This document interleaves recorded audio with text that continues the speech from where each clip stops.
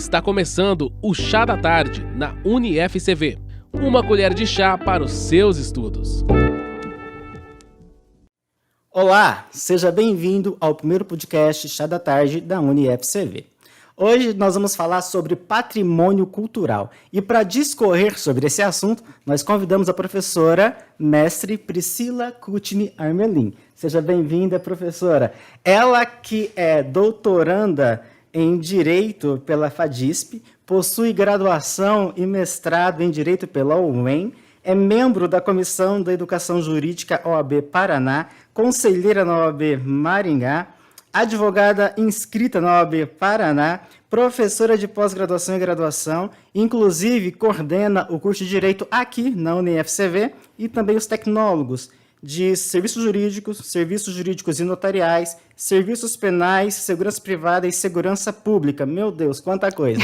Tem também experiência em gestão acadêmica, atua na área de direito, com ênfase em direito, principalmente nos seguintes temas: projeto pedagógico, direito ambiental, direito penal e direito do trabalho. É também facilitadora na justiça restaurativa, mediadora e conciliadora judicial pelo Núcleo Permanente de Métodos Consensuais de Soluções de Conflitos. Quase não teve fôlego. É também avaliadora dos cursos de graduação em Direito do Ministério da Educação, INEP. Meu Deus, essa mulher existe e está aqui do meu lado. Inclusive, eu já soube que ela tem a tese do doutorado dela é em patrimônio cultural, ou seja, nós vamos aprender muito contigo hoje. Desde já eu quero agradecer por ter aceito o nosso convite. A palavra está contigo, professora. Muito obrigada, é uma delícia poder falar do patrimônio cultural. Patrimônio cultural foi meu tema no mestrado. Eu estudei, então, os crimes contra o patrimônio cultural, que culminou nesse livro, Patrimônio Cultural e Sistema Penal. E eu estou aprofundando a temática no doutorado, agora estudando o tráfico ilícito do patrimônio cultural. Interessante. Então, quando o meu orientador falou do tema do patrimônio cultural, eu fiquei pensando, né? O que tem de importância, né? Porque quase ninguém fala muito do patrimônio cultural no âmbito do direito. Eu percebi que o patrimônio cultural ele é muito estudado em outras áreas, né? O pessoal da história se dedica muito, arqueologia, o pessoal de turismo, né? Mas do direito não. E eu me apaixonei pela temática. Que legal. Deixa eu perguntar já para você, já de início. O patrimônio cultural, ele é um direito fundamental do cidadão? O patrimônio cultural é um direito fundamental do cidadão. Está esculpido, que a gente fala, está previsto na Constituição Federal, Sim. No artigo 216 da Constituição Federal. Ela leva ele a um direito fundamental. Direito fundamental social, né? Por quê? Porque ele é um direito que é de todos, é um direito difuso, pertence a todos, e ele tem esse enfoque de social dentro da Constituição Federal. Ele está junto com a cultura, né? Então, a gente fala que ele está no subsistema da cultura, o patrimônio cultural. A relevância dele vem da importância dele trazer a nosso resgate do que nós somos. Então, o que eu trabalho na minha tese é essa identidade brasileira, né?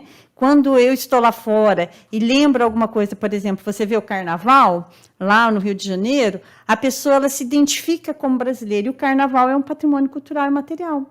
Ver a capoeira e saber que a capoeira ela nasceu no Brasil, é um patrimônio cultural e material.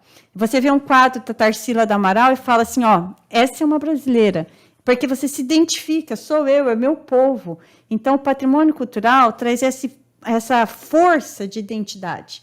E quando você se identifica, você se torna povo, aí você quebra todas as outras resistências, porque nós somos um povo, um único povo, Sim. De diversas, formados de diversas etnias, diversas raças e tudo mais, mas um único povo. E o patrimônio cultural ele tem esse poder de nos unir como um povo. Que legal, que legal. Me diga uma coisa, dentro de patrimônio cultural ainda, o que vem a ser o tal do tombamento? Então, o tombamento foi a primeira forma de preservação do patrimônio cultural. Antes da Constituição Federal, só se tombava para preservar um patrimônio cultural e eram os patrimônios culturais móveis, né? Então, Sim. assim, ou imóvel, mas que a gente tem existência física. Né? Então, um imóvel, uma casa, um sobrado, um prédio, ou então um quadro, que nem eu falei. Então, a gente faria isso pelo tombamento, que são 5 livros de tombos, que é um ato administrativo. Tombamento é no direito administrativo um ato administrativo. Só que o tombamento, ele ficou já muito mais, não é uma das ele é uma das proteções constitucionais, não é a única proteção constitucional. E dentro dessa dinâmica, todos os bens culturais podem ser tombados, então?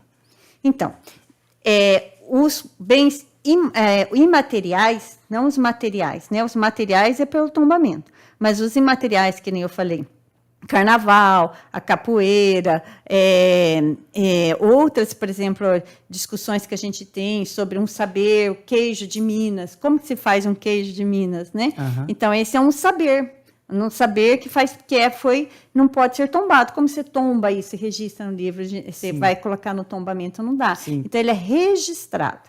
Então, os bens imateriais, eles são através de registro ou inventariados. E o bem material, que eles são tombados. Entendi. E como que é feita essa proteção cultural imaterial que não pode ser tombada? Como se dá essa tramitação? Você pode esclarecer um pouquinho mais para a gente? Sim, ele é feito através do Ministério da Cultura, lá no IPHAN. Né? Então, nós temos o IPHAN, ou em cada município, se for dentro do seu município, porque o patrimônio cultural ele pode ser preservado por município, pelo Estado ou nacional. No nacional, nós temos o IPHAN, né? E se você entrar, se vocês tiverem curiosidade, entrem no site do IPHAN, que IPHAN vai ser com PH, tá? IPHAN, o IPHAN, né?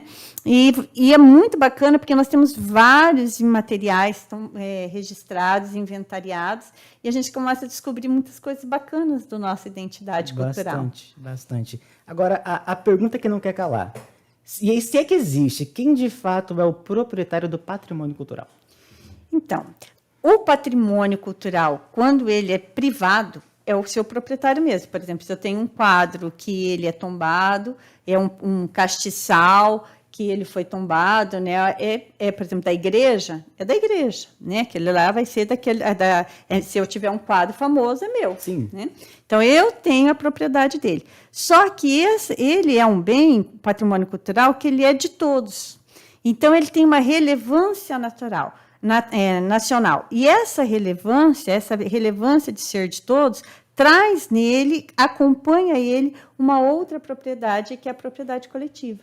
Que ele, então, pertence a todos. Quando você atinge um patrimônio cultural, você atinge, então, uma propriedade privada, mas você atinge também a coletividade. Por isso que a gente fala que um crime contra o patrimônio cultural não é um crime, o sujeito, né, a vítima nesse crime, não é só o proprietário, mas é a coletividade, porque nós temos interesse na preservação desse bem. É de bem comum. É de bem comum, é de todos. Nós já vamos encerrar, professora, mas eu quero que você divulgue de novo o seu livro. Para quem vai nos ver no YouTube, para quem vai nos ouvir no Spotify, divulga novamente, por gentileza. Então, esse livro decorreu do meu mestrado, o tema dele é Patrimônio Cultural e Sistema Penal. Ele foi feito dentro de uma coletânea de livros, né, de outras áreas de direito penal, sobre a supervisão do Dr. Luiz Regis Prado, né, que é um renomado professor da área de direito penal, que inclusive era de Maringá. Né? É pela editora Juruá.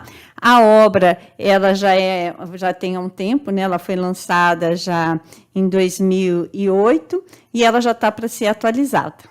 É isso. Mas tirando algum crime que está desatualizado, depois a obra está bem atualizada, é bem bacana. Que legal. Meu orgulho.